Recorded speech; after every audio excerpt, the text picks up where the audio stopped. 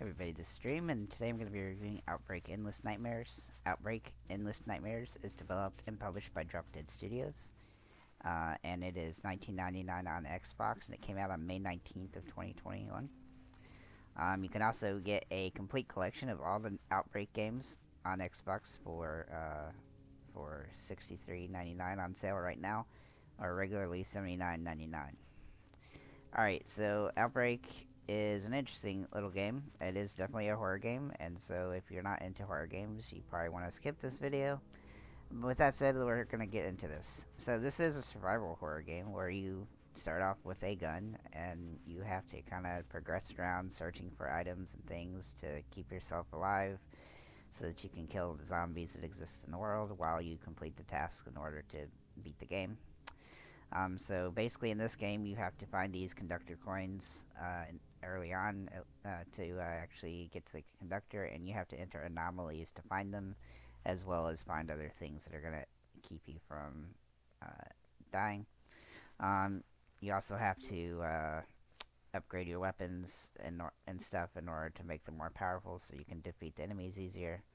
And overall, it works pretty well as intended. The one drawback that I felt about the gameplay was the fact that trying to aim properly seems rather difficult. The controls are very kind of weird when it comes to that, and you'll see that in this video, how I'm kind of like spinning around in wacky ways and trying to figure out how to orient myself properly. But that said, the game's not too terribly bad aside from that. It's actually kind of fun. I hadn't played any of these other Outbreak games before, and so I really didn't know what to expect. But overall, it's actually a pretty decent game, and I definitely kind of, aside from the price, I feel like it's probably a little bit overpriced, but aside from that, I think it's a really solid game. I think some of the other games came out at $12.99, which is probably where they should have kept this one. But overall, it's not bad. Um, it's mostly interesting because it's a game where you have to try to just survive, and there is a lot of survival horror games out there, and this is definitely a much more simpler type of game compared to like Daisy type games. And the risk of dying is not nearly as high in this game as those games. But overall, it's not a bad game from the perspective of survival horror. So, the only thing else that I might say about the game is that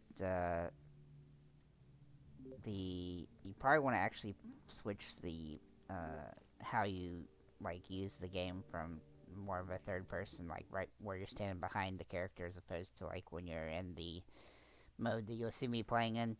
After I switched to that, it seemed like it got much better for when it comes to the how you attack enemies and things of that nature.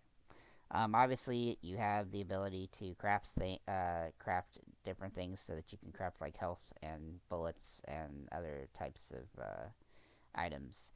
When you do die in this game, you do actually keep all your items and stuff that you have already made and things. You can also play this game in co-op. However, I don't have. It's only on your console co-op, so that's kind of a disappointment.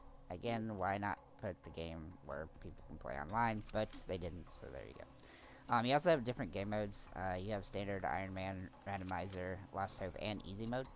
And so, what you see me in the game here, I'm playing on standard. But depending on what kind of challenge you want in the game, those different modes are gonna really make a lot of differences when it comes to how you might play the game. And also, you also have randomly generated dungeons in the end game of the game that you can utilize as you after you beat the game. The crafting stuff in the game is also pretty well done. Basically, you can build ammo with gunpowder and using it with combining it with upgrade materials, and then you can also combine different plants that you find sitting around in order to create healing items and new formulas. Um, Overall, I like the game. Like I said, I'm going to give the game a 7 out of 10. I think it's pretty well done. Like I said, you probably want to play in that third person where you're sitting right behind your character. But other than that, I think the game was well made, and I think that it's, if you're into survival horror games, and you don't want to have to spend 50 hours on DayZ, then this might be the game for you. With that said, that's pretty much all I'm gonna say about this game. If you do pick it up, let us know in the comments what you think, and thanks for liking, commenting, and subscribing.